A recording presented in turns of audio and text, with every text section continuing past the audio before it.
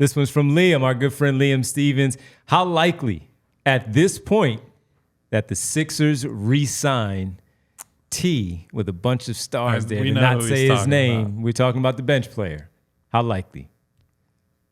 I mean, just from a pure optics standpoint, even if Tobias's market has crashed to the point of being like mid-level, I don't think you can look at this fan base and bring him back at any cost. Even beyond that, because I don't think Daryl cares about that. What I do think Daryl cares about is not overpaying for role players, keeping the powder dry for difference makers, and I think he cares about three-point bombers who make quick decisions, and Tobias Harris is none of that. There's very few worlds I can see. And look, Daryl, you will find a million examples of Daryl talking up Tobias. That is part of the game that he plays. That one bat signal tweet is one of the worst tweets that's ever been sent of all time.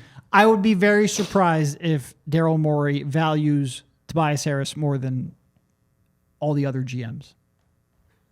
Very surprised. No shot. I just really don't. All of that you both said, there's just no shot. And even to the point of the fan base, though, even like you said, he may not care. He cannot sit there in front of a microphone and have a press conference. If he did have a press conference and bring in Tobias Harris back and sit there with a straight face, he could do it. But boy, man, the fan base will go nuts if they see anything. You guys breaking some news that Tobias Harris is re-signed 3 years for $45 million. If somebody sends me that text, man, I'm just going to reply with a fuck off. No, if we tweet out that they brought him back on a minimum contract, all the replies would be negative. We would have to just close down. Even though objectively it'd be a great deal. Sure. But Doesn't matter. Doesn't matter at all. Yeah, at all. You can't do that. You can't do it. But you can't do that. Because that's the case, it does, a lot of people were mad at the time. It does kind of make their deadline decision on him to not move him kind of strange. Like, we're all sitting here, we're in agreement that there's no shot he comes back and he's not helping them win games. I guess we were more optimistic about what he would offer post deadline, but this is the worst we've ever seen Tobias. This is just like, he was not this player 3 months ago. He is sucking the joy out of everyone and everything. What would you have gotten out of him? I mean, gotten for him at the deadline potentially? If we've seen the moves whatever that have been Detroit made, wanted to offer. It was Detroit, I think, is the one people bring up. Yeah. Bogdanovich and Alec Burks. Bogdanovich will shoot that damn thing, I'll tell you that. He might not defend anybody. No.